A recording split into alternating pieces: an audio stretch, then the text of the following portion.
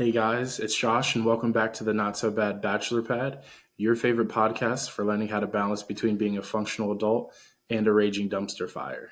Let's be honest, some days we are all a bit of a dumpster fire. Joining us this week inside the Bachelor Pad is Maureen Pound. Maureen, thank you so much for making time for us today. How are you? It's early morning where you're at. Yes, early morning here in Australia, and we're just moving into fall or autumn. We call it autumn. You guys, you're fall, so it's getting a bit chillier. I mean, I'm not looking forward to the heat, even though I am. I say if I can get the sunshine without the heat, I'd be okay with that. Well, guys, we have an amazing episode lined up for you today. I am pretty sure that between me and Maureen, we're going to keep you laughing, crying on the edge of your seats, and hopefully you learn more than a decent bit. Without further ado, let's get into it. So, Maureen, let's start off by telling me a little bit about you, because you have a pretty interesting story. You've kind of caught your second wind in life. Yeah, yeah. So I dated a lot in my 20s and I was trying to find a guy to marry me and none would. So I thought, stuff this, I'm not waiting around. So when I was heading towards 40, I decided to have children on my own using anonymous sperm donor. And so I did that. And so for the next 7 years, I was exhausted raising these children. And then I woke up one day and realized I hadn't had sex for 7 years. And I thought, wow, I think I need to change that. I really missed being touched. I missed sex and everything that it brings. And so I spoke to some male friends of mine and they said, you got to jump on Tinder. And I'm like, what's this? You know, the last time I dated, we met at the bar or at college. So I jumped on Tinder, put a couple of photos up, and the rest is history, really. I had a lovely time. I mean, first of all, how does anybody go 7 years and not go completely feral? Like, I would have lost my mind. I can imagine, especially for blokes, that'd be really hard. I was just exhausted in a different space, and I was just trying to think. Maybe I got myself off a bit. I just remember being tired. Too tired for pleasure. That is completely unacceptable. I know, I'm glad that's not I the case know. anymore. So I made up for it once I decided I was gonna, go out there and have some fun. You went from probably like celibate nun to full blown savage, Yeah, as soon as you started yeah. swiping. Yeah. It was fun, and I just learnt so much about myself and about men. And so what happened was I learnt to get over if people ghosted me. I don't even like the word. People get hung up on that stuff. It's like you're having a conversation with somebody, for whatever reason, it's not working anymore. They're in a different place.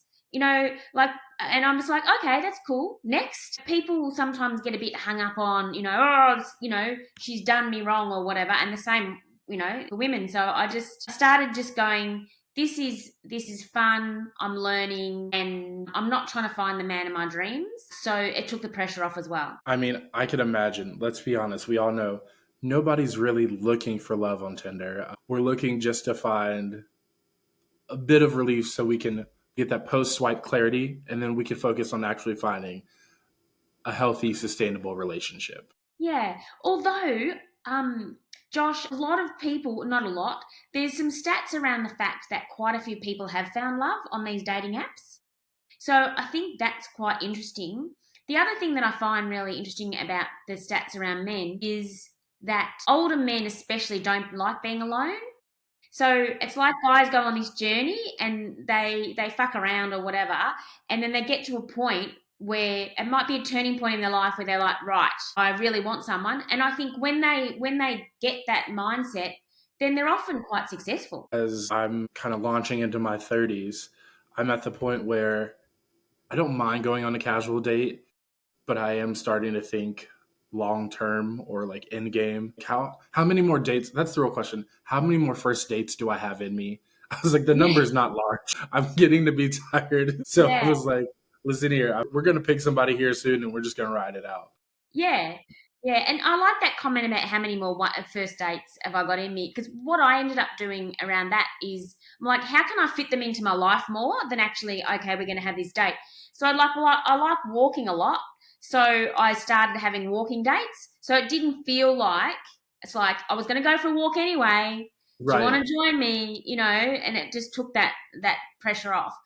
But I think guys get a bad rap. Oh, they're only after one thing. Well, they're human. Of course, they're after that thing, but they're also after, eventually, I believe, a partner. No, I could not agree with you more. We're not after just that one thing. It's an important thing. It's a big thing, but it's not the only thing we're after. Right. Men do enjoy companionship. Yeah, and that's a lot of the guys tell me that keyword there, companionship. They like hanging with someone who, supports them. Like, I don't know if you've seen it. I think it's Cutes in New York. So there's short videos on Insta and TikTok. And a guy goes up to in New York City and just stops people in the street and he asks men and women how long they've been together. And I find it quite fascinating because he then asks, what are the three things that you really like about, or what do you really like about your partner? And Yeah. invariably the guys will say things like that she's really supportive of me. Like, obviously that she finds them really attractive as well, and they find each other attractive. But men are quite simple about what they want. They just want to feel appreciated, supported, a bit looked after, and they're happy. We always say over here in the States that men really just need two things. We just need to be fucked and fed. That's the key to longevity. That's the key to loyalty for us. I was like, as long as, our bellies are full and they know that they're going to have regular physical intimacy or just any form of intimacy, really, they'll be happy. Yeah. Although Judge Judy adds to that, she's like fucked, fed, and she said it in using different words, and then left alone. Give them some space as well. The key to a happy marriage. A little bit of me time goes a long way with a guy, whether it's watching a football match, maybe playing a game, just hanging out with the boys. I was like, a little alone time does help, but it's the same for women. I was like, you guys enjoy your alone time as well, right? Yeah. Hey, I want to ask you, do you find, because I hear from my male friends that their partners give them a hard time about gaming or, being online. And I think it's bullshit. I think, as long as they're giving in other ways or spending time in other ways, if that's their thing, that's their thing. And it is a thing. It is a thing because no matter what you decide on with your partner, or like, hey, I'm going to play for 2 hours, or I might play for half the night. It's always, so you want the game over me, or I was like, there's just no medium Yeah. ground. And it's like, if I carve out time for us, if I say, hey, we're going to go on this date, I'm investing in you. You get my undivided attention for this whole date night. And then if I want to come home and unwind with a little game or a little phone, I don't think that's problematic. But I have been in relationships where they're like, oh, so I just get this date and that's it. And then you just went on a date with me so I wouldn't complain about playing the game. No, but I was like, just because I have dinner doesn't mean I don't want dessert too. I was like, it's Yeah. not always a one for one correlation. Yeah, yeah. I think the key there that you mentioned as well is having good communication around it, and just and have agreeing on whether you think, and then sticking to the agreement. Like my PT, I went to the gym this morning. He plays a game with people in the States, and on Wednesdays and Fridays, like there is days, and he does 2 hours on both days, and that's his thing, and that's his agreement with his partner. I think it's great. I love that. And there's nothing wrong with the schedule. A little bit of structure can still be sexy. Like, I can give you almost every second of my time, but I just need X amount of time for me. Yeah, exactly. I was like, work doesn't count. The commute home doesn't count because I don't know if you've ever been to Nashville, but they cannot drive to save their lives. It's more like a horror film trying to get to work and coming home. So I'm not really relaxing. So like you said, having that set time where it's like 3 or 4 hours these days out of the week where I'm just gonna do my gaming thing or do whatever I do to unwind, I think is healthy. And I hope you have the same thing. We talked about it a few weeks ago where couples become islands, like their whole identity is just each other. I was like, that's not really healthy. I was like, I need to have my own hobbies. You need to have your hobbies. You need a group of friends. I need my own group of friends. That way, we're not fully codependent. Yeah, and then also understanding the differences and not going, well, you're bad because you do it differently to me. I noticed it years ago with my brother in law when I was staying with him. And I've seen this pattern in men where when they come home from work, they really do need to unwind and they don't want to talk. And I even see it with my son, like they're both in high school. So he's 14 and he'll come home and he won't want to talk for a while, a couple of hours, and then later on he will. And my daughter wants to come home and tell me everything straight away. And I think it's just a difference between the sexes. I get annoyed when we want that person to be like us or play by our rules. And it's just like, let's accept that there's differences. Right. I was like, if you wanted to just date somebody who was exactly like you, then why did you find somebody exactly like you? You wanted to date me, so this is me. I need my time. I need to unwind. And you're right.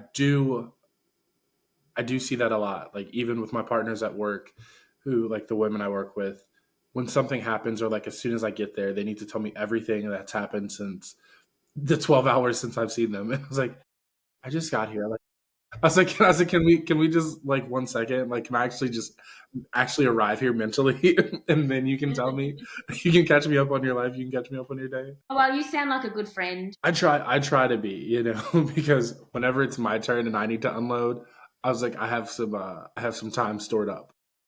Yeah. You mentioned that you have kids in high school. So how was that transition after all that time away from dating or being in a relationship, going from caregiver to, solo parent or whatever your situation was to woman to hot mama, like trying to get back out there, you Yeah. know, That's a great question. I don't want any necessarily a partner, as I said, and I haven't brought anyone into their life. So right, I am an entrepreneur and run my own show. I don't I didn't have to leave the house, to be honest. They didn't really know much. They knew because I wrote a book called How to Get Laid on Tinder for Men. And so when that came out, obviously, and it was a little bit traumatic for them, it was a little bit confronting. right, But we've had lots of chats about it and actually held off for a few years, really promoting it. I wrote it a few years ago. But now they're getting older and they're like, yeah, whatever, mum, The intent is to help men. So I think a lot of women out there tell men what they don't want or, you're doing this wrong, this is bad. And so I just really wanted to get out there and, say stuff that's really helpful and specific. Anyway, so that's yeah. So I sort of had two personas. I'm still the mum, and then I'm the woman as well. I mean, I get that you have to have an alter ego almost in a sense, but I do find it hard. I have a lot of friends who are single parents who either have are just now exiting like 10 plus year marriages or are right out of university and trying to just restructure their lives. And they sometimes struggle finding that identity of just being single. And I can only imagine because I feel like it is harder for women than it is for guys in a sense because I feel like we can just fumble and just hop right out, but back into dating and be as corny, cheesy as we want. I don't know. I guess it's not shame. Maybe it's a lack of embarrassment, but I was like, we are unapologetically us 90% of the time. I mean, you could probably attest to.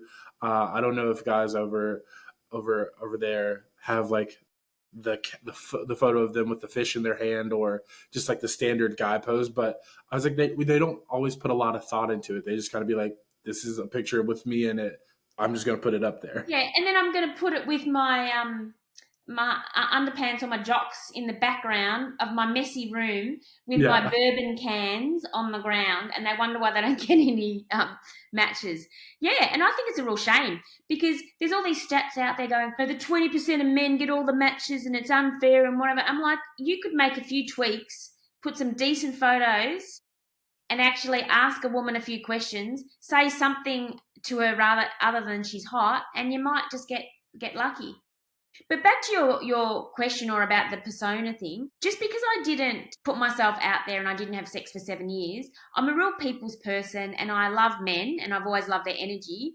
So I'd met men in business situations and, I'm still a little bit flirty and fun. So that part of it wasn't too hard for me. What the big eye opener was for me, how many younger guys like older women.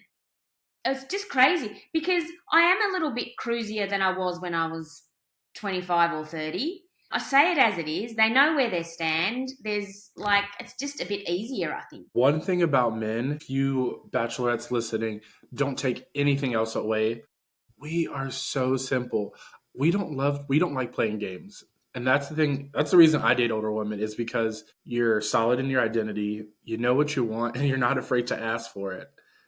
And to me, that is the most attractive thing you could do. Maybe besides having a tattoo or something. But it's so true. Like, if you are just looking for a bit of physical intimacy, if you're just looking for fun, casual dates, like older women say that, they don't have to pretend, they don't have to like play games. They're okay meeting you where you're at. Yeah, That's exactly. something I find with a lot of even my girlfriends when I watch them date. They try to date for potential, but not the potential of what's in front of them. They try to like force the guy into their dream stereotype or their dream fantasy. It's like that's it's not even who he wants to be. So I don't know how you're gonna get him to be there. This isn't Build a Man. I don't think that's a No, shot yet. nah. I think it's really sad. The other thing that I think, I live in the inner city, right? 2 kilometers from the city, and do a lot of walking around here because of the traffic. And I watch the people, and there's a lot of shorter guys with taller women. Sexy as all fuck, right? Nice looking dudes, nice looking women walking around these streets. Now, and yet on the apps, if you're under 6 foot, sometimes women just dismiss you. And it's a real hard one because in real life they won't, because they'll see your charisma and they'll feel your energy and your sex appeal and all that sort of stuff. So there are a few things on apps where I think you just add a little bit of it a disadvantage, where women have a list and build a man and they oh well, you don't meet that one criteria, so I'm not even going to meet you. And that I think is a missed opportunity. I 100% agree. We've talked about this countless times in the show that I think we're doing dating apps completely wrong. And I don't think the stats are equal for both men and women. Like, height is really big for women on dating apps, like you mentioned. They don't love the short kings, but in real life, they will because you get a chance to show your personality. But there's not really a metric. At least I can't think of the female equivalent to height on a dating app. So I was like, that kind of gives you advantage. Really, it's just, do I think this person's attractive or are they funny? Because having a good joke in your bio for a guy will like seal the deal majority of the times. Like they will give you a white. Because I don't think guys appreciate female humor. Think they do, but not all female humor hits for guys. So if a woman has guy humor, we can understand it. It makes sense. We're like, oh yeah, that's funny. I was like, she's probably a cool person. Now, just like there's, I don't know if you've heard about it, like girl math or girl logic or boy math. It's the same way. Like if that joke just does not translate into guy logic, right over the head. It's like a guy like posting about a bunch of like sports cars or something that's stereotypically not something that the other gender's into. It could have been a really funny joke or pun, but unless you understand it, it's kind of like awkward, and you're just like, okay, it's a bit of information. Yeah, it's a bit hit and miss, isn't it? But if you Right. get someone who's really on your level, then I think it can be a good hit. Yeah, that's the key. Speaking of, what's the thing that shocked you the most after you got on the apps? Because I have a hard time believing that instantaneously your DMs didn't fill up a little bit because you have great eyes, like a huge smile, and you're good looking, you're good looking. So I was like, so I was like, what's something that you really had to adjust to once you got on? A few hang ups. When I was about 16, I was in an Italian restaurant, and a whole lot of guys from a local boys' school came in, um, and they gave me a rating of 6 out of 10. They walked past and they rated us girls, right? And so I hung out with better looking girls at high school and stuff, and I was clever. And I was pretty funny. So I had my dude, friends, but I never thought that I was, that attractive. And so that was when I went on the app and I had a really good couple of photos. Then it actually was quite good for my self worth and self esteem. I went, oh, okay, well, there's guys interested. So that was one thing that I noticed that was actually good for me. And then the other thing is that everyone's just doing their best and they're doing it in a different way and they're experimenting and it's hard. Like, sometimes you get it wrong. Like, I remember even my nephew, he's a burling, beautiful looking lad. He's in his early 30s, I think now. And we had a discussion once, and he's like, Moors, he goes, if women didn't want dick pics, then why the men would clue onto that and never ever send another one. He goes, I've got people asking for them. So there's all these fallacies out there that, women hate them, because amongst us women will go, oh, no, that's terrible. But occasionally in the right moment or whatever, you mightn't mind it. So it's sort of a minefield, because then a guy might go, oh yeah, it's okay, they like dick pics, but then the woman's not warm or she didn't ask for it and he gets it wrong. So I think the biggest learning for me was just experimenting and working what works for me, and just how can I be my authentic self and be kind and be reasonable and not be mean and meet great guys. Two great points that you bring up is that I don't think there is a wrong way to date. It is experimentation. You have to try a little bit of this, a little bit of that, and it changes from person A to person B to person C. So you can't, like we say, pleasure is not cookie cutter. Neither are relationships. One relationship is not like any other relationship. They may have similarities. They may look the same, but they're not the same. And the second thing is, I think women do like dick pics. However, even as a man, nobody likes surprise dick pics No. because phalluses are scary. Like, if you just look at one head on, I was like, it just jumps at you sometimes. I was like, don't do that. If you're not going to just jump out from around the corner, don't just jump out at me with the dick pic. If we're having a nice conversation and then you hit it, then I'm like, whoa, what? Like, because sometimes I'm with my girlfriends when they get one and I'm just like, that's aggressive. Like, Yeah. like I was like, I have the same parts, and even I think that's aggressive. And also, it's hard to get a good shot sometimes, like any photograph that you take, it's like, oh, hold on, what's it? Well, it's a good Yeah. angle.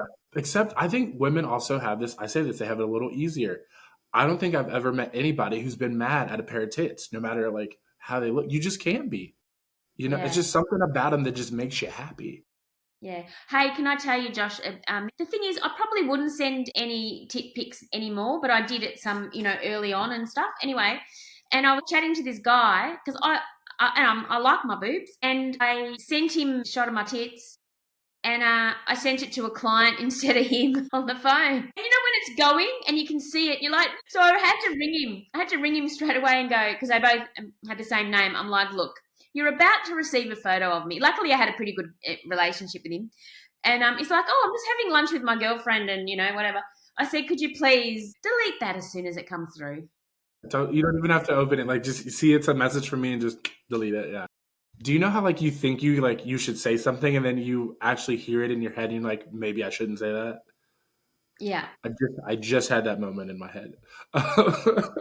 I was like, I was like, yeah. I was like, why not? Your tits still look great. You should send them. And I was like, oh. Yeah. I was like, yeah, that didn't translate in my head the way it wanted to do. But you know what? It's hard being a man, because a woman would get to say that to a man and wouldn't have to think about it. Like, Yeah. she could say, oh, yeah, whatever. But men always feel it's complicated, but you do have to second guess yourself, because, how's it going to be taken? This is something that I've never talked about, but we're going to get into it. You always hear the stereotype of the creepy old man or the creepy dude. I was like, I don't think I've ever heard a scenario of a creepy woman. And why not? They probably have just as many intrusive thoughts that come out. They're either cute or like, "Oh, it's okay." I've got a TikTok account called How to Get Laid on Tinder, and I love getting the male perspective. And so I did this TikTok on, if you'd ever been felt uncomfortable around a woman or been touched inappropriately, and it went off. Like, there were a lot of responses from guys, but they would never go to the police about it. They would never, even if they spoke to their friends about it, that you don't know what response you're going to get. They might go, oh, yeah, oh, you're lucky, whatever. I don't know. So I think, yeah, sometimes it is very, very difficult because there are double standards around it. As progressive as we get as a society, as a culture, there's just some things that we hold on to, and that's one of them. Men being victims. Like, no guy wants to admit that I didn't really like that, or, I was like, that's the thing we're supposed to like, the touch or whatever. But I liked the direction we were going to about your book, about the TikTok, your account, how to get laid on Tinder. So I have a couple questions about that, and I would love to get your opinion. I'm pretty sure the audience would too. Okay. The first one is, what are 4 things that women do wrong during sex? So obviously, this is like a little bit of a clickbait heading, because it's like, Yeah. what, you know. Yeah. But I think I did a TikTok on it. And the things that come up for me are that they're too much in their head. Mm-hmm. So it's very hard for a woman to orgasm and have a good time if they're too much in their head. So that would be one thing. Another thing is, which we don't probably talk about that much, sometimes women are a bit rough. Can you Like with elaborate? so like you learn over the years, but like, I remember years ago a guy saying to me, "Don't pull it off." Like, it sort of fits in with knowing what the man getting in touch with his body as well. Mm-hmm. Sometimes I feel like they don't do that. And the other thing I think that they don't get quite right on occasion is saying what they like or what they want. That is a really big missed opportunity on because guys may get guff for it, but I was like, we are very communicative. You may not always like what we have to say, but we tell you what's on our mind. We tell you what we like, how we want it, and what's coming next. I was like, there's no guessing. I was like, we'll give you a how-to manual and be a-okay with it if you follow every, direct. We're pretty much like IKEA furniture, except easier to put together. I like that. Do you need instructions though? That's the point. 100%. Honestly, I mean, you could probably just do whatever you feel, and we still would probably finish. But I do agree with you. I was like, if women heads were just as empty as men, especially during sex, I think they would finish a whole lot faster, or not faster, but more frequently. Don't think about conditions or anything else. We just enjoy being in the moment. You know, it's kind of like life. If you're too preoccupied about your career, about not meeting society's expectations and all these other opinions, when are you actually going to like enjoy life? When are you going to Yeah. stop and smell the roses? Yeah, and that really it made me think of something. So while I was in that stage of no sex for 7 years, and then I'd had children, I had put on a little bit of weight. Not a lot of weight at all, by Mm-hmm. any stretch of the imagination, but I was much, a little bit slimmer. And so in my head, you know what I was saying to myself? Well, I've never got naked for a man or had sex at this weight. Like, what a stupid thing to say. Right. And then a friend of mine, she just said to me, seriously, guys are not going to be going like, if you're naked, they're not going to be going, oh my God, Yeah. like she thought it was just ludicrous. So then I'm like, oh, okay. So that's another thing that sometimes women do. They get like too self conscious and worry Mm. about that sort of stuff. And then what I think men can do to help them is, like grab them in the bits, they're on their hips if they're carrying weight. They're like, and celebrate it, celebrate the beauty of it. Yeah, I was like, listen, you gotta love the curves. I was like, men, we're visual beings. So we're like, we like a little something to hold on, and we like to see it move naturally, without being too graphic. I was like, we do love that. So fellas, if you're listening, celebrate the body. It's beautiful. It's bringing you pleasure. You're bringing their body pleasure. Like, it should be a happy time. That is what women do, I think, is another thing, is just like, be too self-conscious around their beautiful bodies, You which know, I then can ruin the mood for the male as well, so I think that's, yeah, just let it all hang out and have a good time. yeah. I was like, if you can't let your hair down literally or metaphorically during sex, when can you? I was like, I know the Shakespeare said the whole world's a stage, but let's leave the performance out of the bedroom. Just be you. Exactly. Be you and do you. Yeah. Now let's flip that around. I was like, women aren't the only one who have a few quirks or shortcomings. What are a few things that guys just cannot get right? It seems like over and over. This is more of a, not that they don't get it right, but I think that can be a real improvement. Okay. And I learnt this from a lesbian friend of mine who was a guest on our podcast, is they don't use their fingers and hands as much as they could. Okay. So to pleasure the woman. No, I get that. Yeah. So most women don't come through intercourse, and so they need stimulation, and your fingers are really good. The other thing is too, they think that it's, I don't know, that it's like their own member where they've got to grab it or touch it. You don't even have to touch that the clitoris. You can just rub on the outside Right. and just gently, and then you just go with it. So I think there's a lot of lost opportunity. I've spoken to a lot of women, and you really notice it when a man gets it right. Like, it's amazing.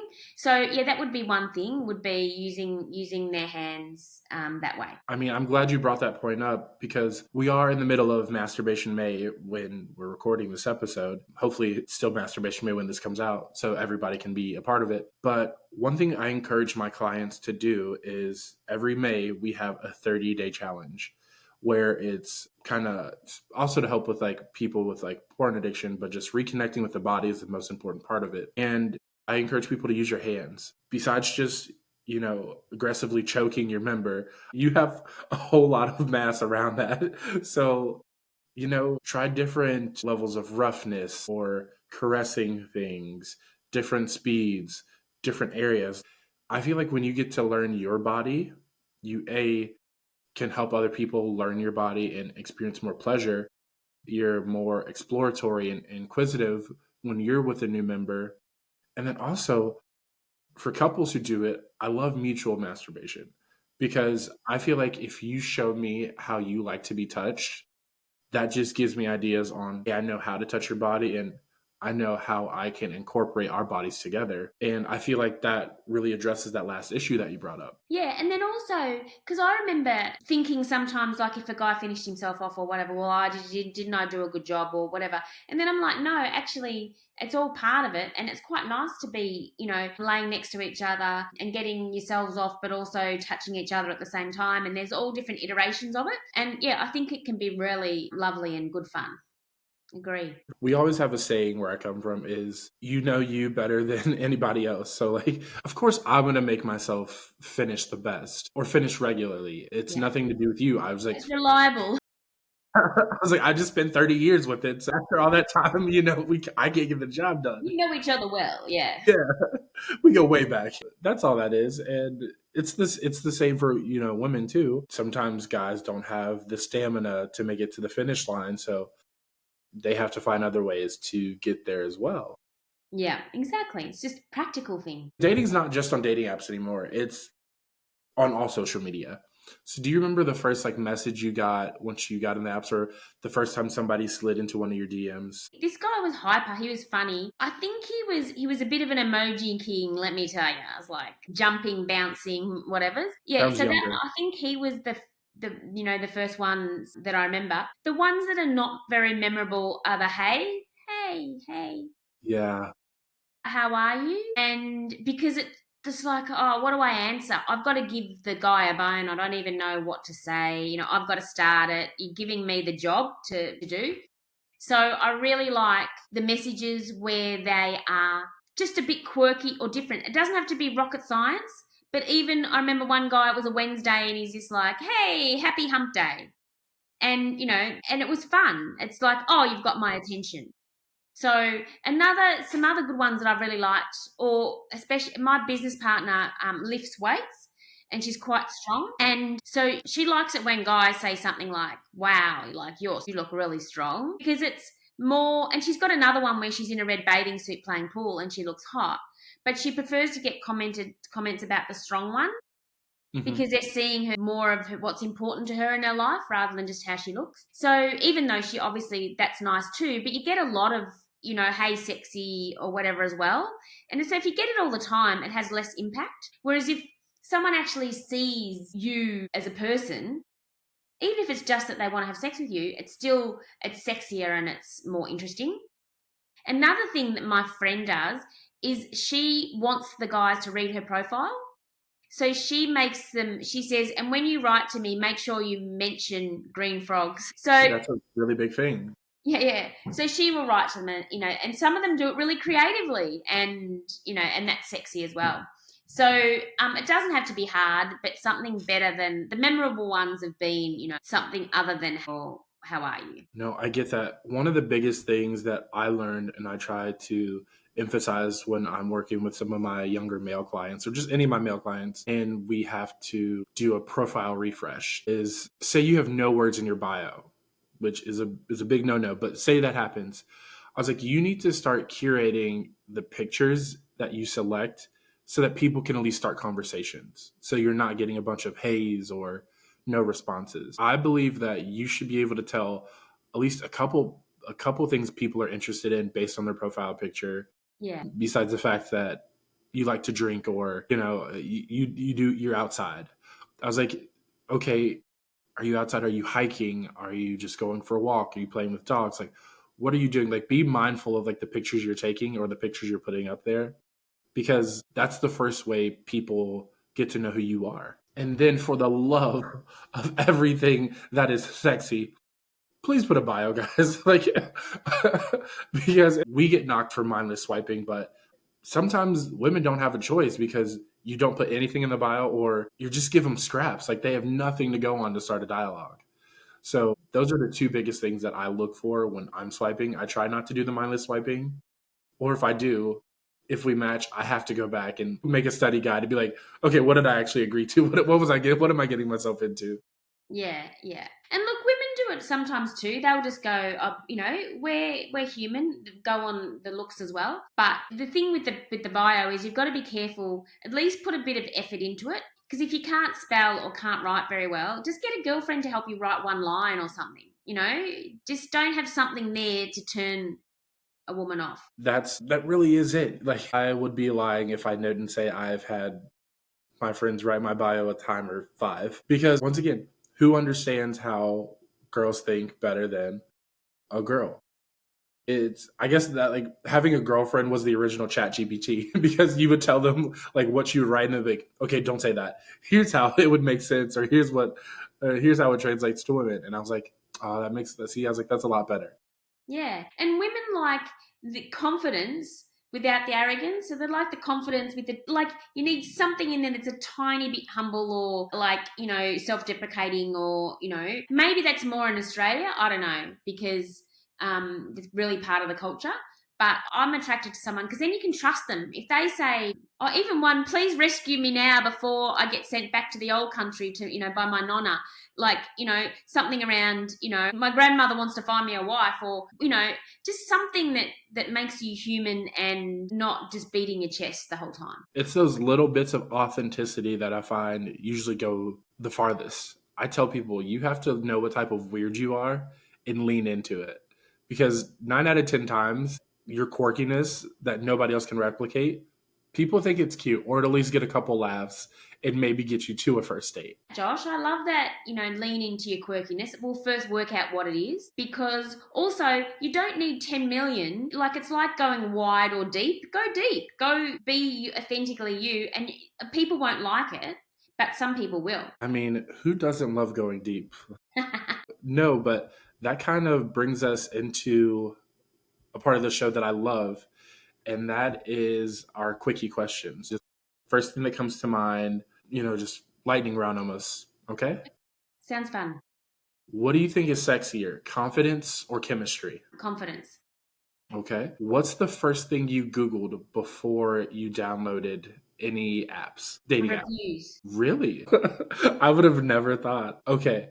If you had to give a nickname to your 7 year gap, what would it be? Blissful motherhood. Ooh, okay. Have all your dating just been around Australia or have you like traveled and dated at all? No, because when I've travelled, I've had the kids with me. I have set friends up on Tinder dates over in Bali though. That's always the thing is people love a good quote unquote accent. So I was going to be like, if you've ever traveled somewhere, did people think the accent was like real or fake? Like, did they think it was a character that you were doing? No, but I do find that people just like difference. They like accents.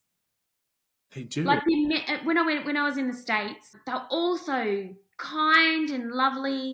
I just think all Americans are like that. And then sometimes I go, oh, maybe it's just because you're a tourist. Maybe a little bit of both. What's the Australian equivalent to Netflix and chill? Or is it still Netflix and chill? It's Netflix and chill. I was hoping it'd be something fun. Nah, It's the same. We take everything from you guys, everything good. That's true. Come on, come up with your own thing. Yeah, I know. Last one. What is the best compliment you've gotten either after a date or after an intimate session with a partner? Something like that, that was amazing. That was the best sex I've ever had. I forget who told me this, but it stuck with me. They're like, you never want to end up with the person who gives you the best sex you've ever had. And you don't, do you?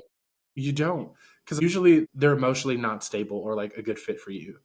So, The thing is, I've got lots of married friends, and they will say, I won't name them, but they'll say, like, I used to have this boyfriend who went down on me like, oh my God, like, blew my mind. My yeah. husband, I love him, he's great, but it's slightly different. A partner is not going to be your best sex ever. And also, where was your brain and your soul at that stage? If you Mhm. went back and had sex with that person, it probably wouldn't be as good. I 100% agree. Or I know some people who just stay in that little area for a minute. But I always try to say, I say this, I was like, I don't want to give the best sex, but I also don't want to give the worst sex of your life. I'm just trying to give you a little bit of like B plus sex if, when it happens. That way I seem like I might be partner material. Yeah, and that's the thing. But I'm like a words of affirmation. I love people saying nice words to me. So any appreciation's good. And apparently, a friend of mine went to the States years ago and she went to this sex expert he was on stage. And you can tell me if you think this is true, Josh, that when women go down on men, one of the key things to whether it's good or not is their enthusiasm. I know earlier I said performance doesn't have a place in the bedroom, and that's true. But everybody gets an A for effort. If I could see that you're actually giving it the good old college try, even if it's not the best I've had, you get so many extra like skill points or bony points, Brownie browner points. points. Yeah. But because I was like, you know what? You're excited about it. I love that enthusiasm. So yeah, I would say that's true. Yeah. So I just thought that was really fascinating. Yeah. Doesn't matter how good you are. Well, obviously, but actually show enthusiasm. 100%. I mean, nobody wants to feel like a chore No, because actually I have had that happen once and I was like, you can stop. You don't have to do this. I was like, if you no. don't want, yeah, because now I get what like you see all in like the rom-coms or whatever that women are just like, well, it's too late. I don't want to do this anymore. Like I don't even want to. It's the same when there's no like if I'm excited, I'm like trying to bust out my like signature moves and I'm giving it my all, and then you don't return the energy. It's like, well, never mind. I don't. It's a mood killer. Yeah, instant like deflator. Just pop the little animal balloon. It just will fly everywhere and it's over. Dear, Yeah. what do you Well, do? Have more fun and enthusiasm. That's what I say. listen, so I believe, I mean, if you go back and listen to our episode with Susan Bratton, but I believe like the lover space is what I call my bedroom. And it should be an experience. I was like, from the lighting, the music, the banter, like all that's super important. And I want it to feel like it's a big deal, just not another Tuesday. Yeah.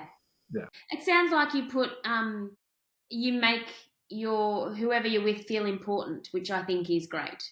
Yeah. I mean, if you're just sharing your bed or your life energy with just anybody, I don't know what you're doing. I was like, you have to be pretty special in order for me to share that with you. Yeah, and I like the way you've called it your life energy because it can be soul destroying when you're sharing your life energy and it's not appreciated or you don't feel cared for. Yeah, it's not. Well, Maureen, is there anything else you want to talk about before we say I do and go our separate ways?